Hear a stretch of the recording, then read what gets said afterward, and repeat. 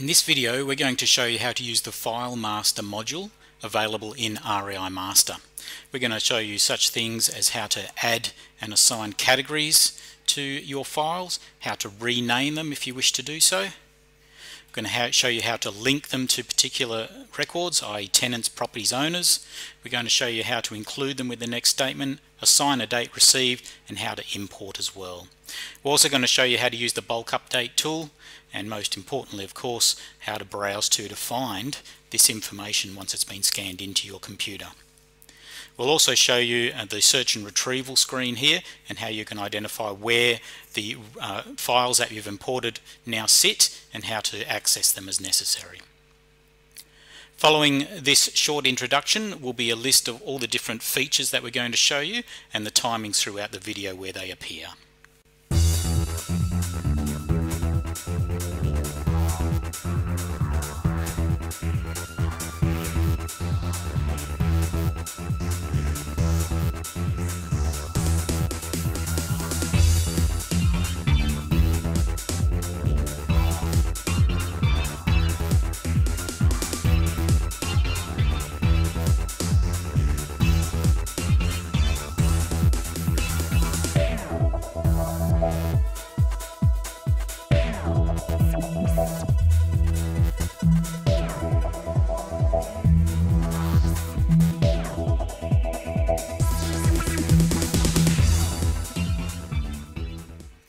To access the FileMaster module in REI Master, go to the Process drop-down list at the top of the screen here and select FileMaster in the list.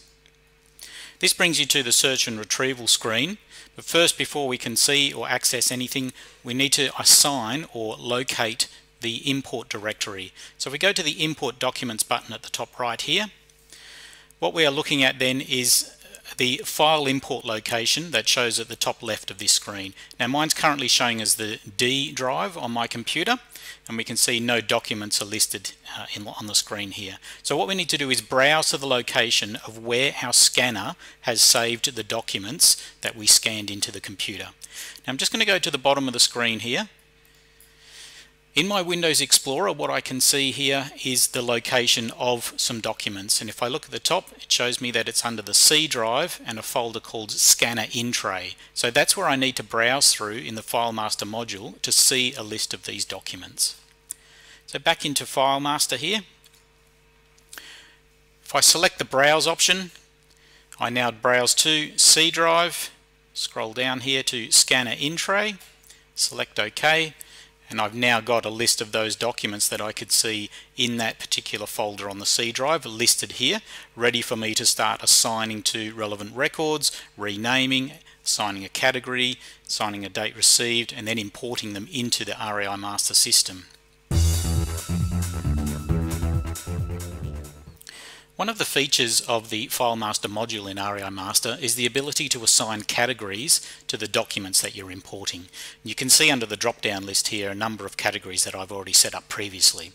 Let's show you where you need to set up those categories. Close out of these two screens. Under the Setup drop-down list here, FileMaster Document Categories, and you can see the list of the ones that have been assigned there previously. Now these ones that I've set up are ones that are used just as an example. The type of categories you set up for your documents entirely up to you. When doing so, of course, make sure you set up a reference and a description. I'm just going to add a further one in regards to our RTA forms, a 14A here, and that one there, what have we got, an exit, and we add in here just the description of it.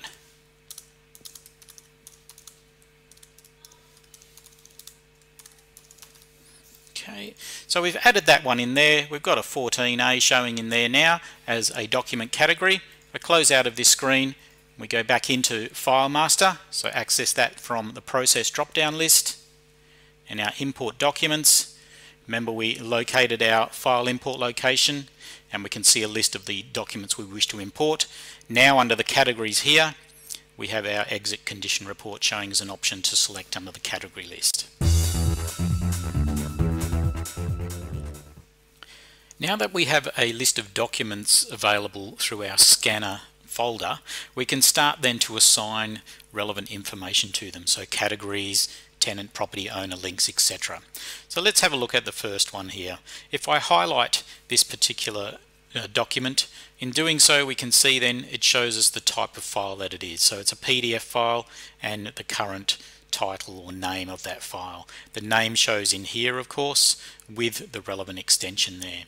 So if we wish to do so, we can rename this particular file before we import it into the system. So we might want to just adjust that there, might want to get rid of that one, change the information around such as this. Now when we go to update our record, it will change it from being bond-h jobs to bond-jobs, Harold. At the same time, of course, let's look at the other things we can do. We can assign a category to this one. So again, in my example of categories, I've started to list the different RTA forms that are available. So I've selected a bond lodgement one there for this one. I can, if I wish to do so, of course, insert notes for this particular document as well. In my case, I won't do so yet. We'll get some notes for a couple of others here.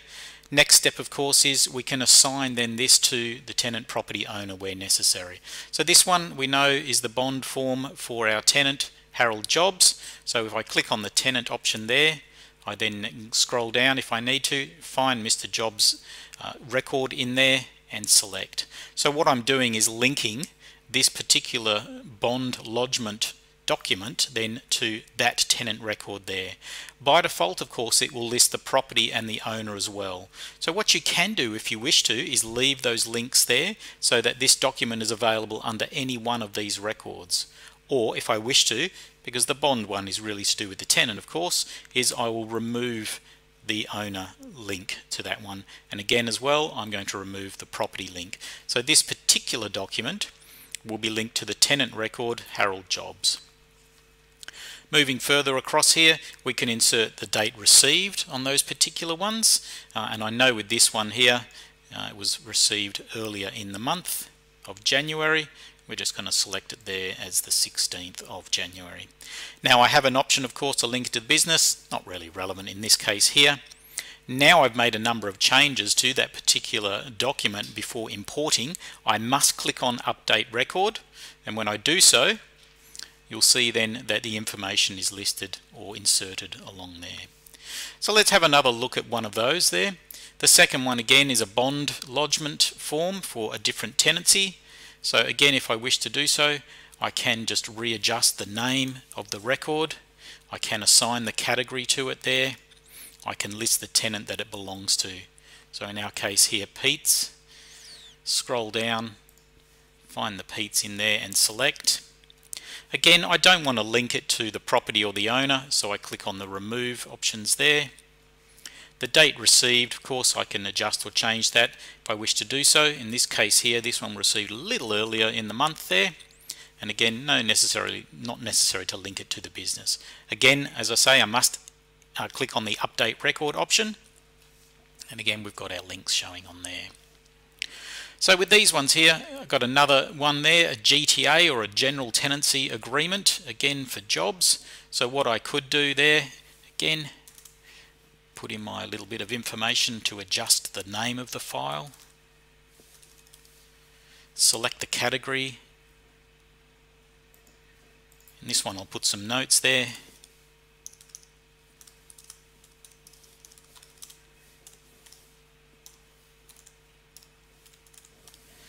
Assign it to the tenant, of course, so click again the tenant record there, jobs, and select. Now in this case here, I don't want it linked to the property, so I'm going to remove that there, but I do have then a tenancy agreement linked to the owner. My date received, again with this one, I'll adjust that accordingly. In this case here, I am going to include to link it with the next statement. What I'm technically doing there is I am going to send a copy of that signed tenancy agreement to the owner with their next statement that is emailed or sent to them as part of a disbursement procedure. So again, inserted a bit of information there, update my record, and again you'll see the information is inserted there. So for that particular one, we have got a document category now showing, an owner link and a tenant link, and the tick in the box over here under statement tells me that this particular document will then, as I say, be sent with the next statement sent out to the owner. Let's do the next one there for Pete's. Pop in those, assign the category accordingly. Select the tenant. Again, I don't want to link that to the property, but I will leave it as a link to the owner. I am going to include it with the next statement, and again, change that to date received as well. Update my records. So that information's been inserted. This next one here, the invoice. Again, when I click on that one, you'll see this one's actually a Word document. You can see it changed to identify the selected file there. Also, the title of this one is a little bit misleading. Although it's an invoice to what I can assume there is to replace a hot water system, I really don't know who it belongs to. So I couldn't really assign it to a tenant or an owner accordingly. So what I can do, because these ones are listed within the scanner folder, if I double click on the record, it will actually open that up for me and I can view exactly what that invoice is. In doing so, what we can see here, it's an invoice from XYZ Plumbing. It is to supply and install a hot water system, and at the bottom here it gives me an indication of the premises where that occurred. So we've got a name and we've got an address on there, enabled to relate to a property / owner or tenant where this document should be linked to. If I close out of there, back into there, I've now got a bit of information in order to do that. So again, highlighted, we've got an invoice, replace hot water system. I'm just going to add to that one, 28 Greenaway. The category listed under invoice there. Insert notes as necessary if you need to do so. This one I'm going to link to the owner. We know that the owner was source when we looked underneath that one. I'll find our owner in there. Also going to link this to the supplier XYZ Plumbing, just so we've got a record against both of those particular records in the REI Master system. Again, with this one, put in a date received accordingly. 11th of the 1st was the date on the invoice. We can link it to the business if necessary, not in this case there, but definitely I'm going to tick to include it with the next statement, so we're sending a copy of that invoice to the owner. Remember, of course, to click on Update Record, and again we've got some information showing on there exactly how they appear there. Last one here, we've got one showing there, M&S Jones Gardening Services. Very clear that it's for 28 Greenway, so straight away we've got a bit more information on that. Category, again it's an invoice. Link it to the owner. If we remember, the owner of 28 Greenway, James and Peter Source. Link it to the supplier if you wish to do so, of course. We've got our Jones Gardening Services in there. And again, definitely with this one, we'll include it with the next statement there. Assign the date received. I'm going to leave that one the same there for gardening services there. And again, click on Update Record. So we've got a nice list of information alongside each one of those. We can see how those ones are linked. We've got a document category, the tenant, record links there, ticks in the boxes to whether it'll be linked to the business, whether it'll be sent with the statement there. If we're unsure of anything, we can click and highlight those, each one of those again, and in doing so you will see that it will show you the information appearing in the bottom part of the screen there. So you can make adjustments, of course, if you wish to do so. Just remember, of course, any adjustments you do make, you must click on Update Record in order to insert the relevant information. Of course, with this final step, of course, is to import those documents so that they link to the relevant records there. And to do that, we've got the option there to dot the select all for import, and when I did that, our ticks were inserted into the import file option there. I put on the dot in select none, ticks are removed. In this case, it means, of course, that I can import individual ones as I go through if I wish to do so, or in my case, as I say, let's dot the select all for import and assign all those accordingly. Last step, of course, import documents. Click on the button at the top right here, and you can see there we get our prompt that the selected documents have been successfully imported into the document management system. If I click OK, No longer are those documents sitting or listed here in the scanner in tray. They have now all been pulled into the REI Master system and assigned to the relevant records there.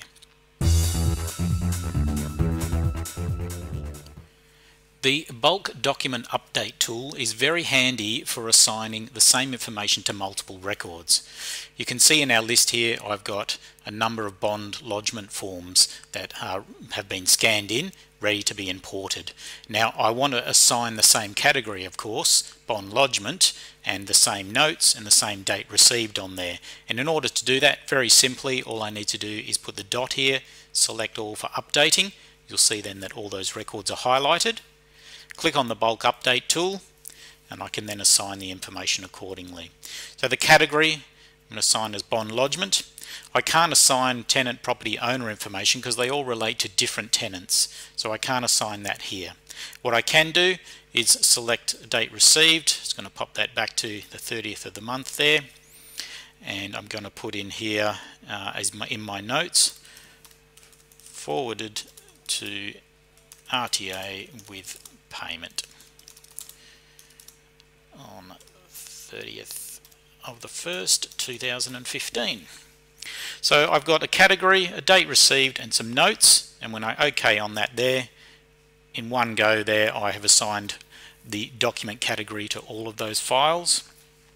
If I click on and highlight each of the individual ones there, you'll see then that we can see the notes have been assigned accordingly and also our date received for each one there.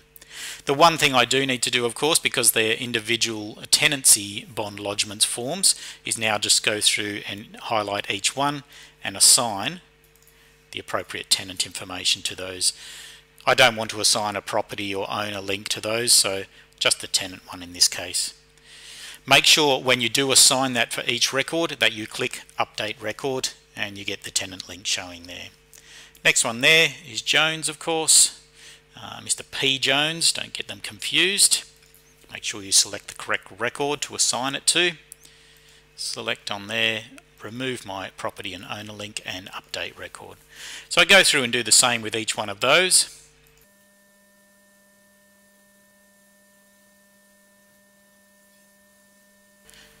So now that I have assigned all the relevant information to those records or those files, I can do the bulk import. Click on Select All for import. I've got my ticks in my boxes there, and then click on the Import Documents button.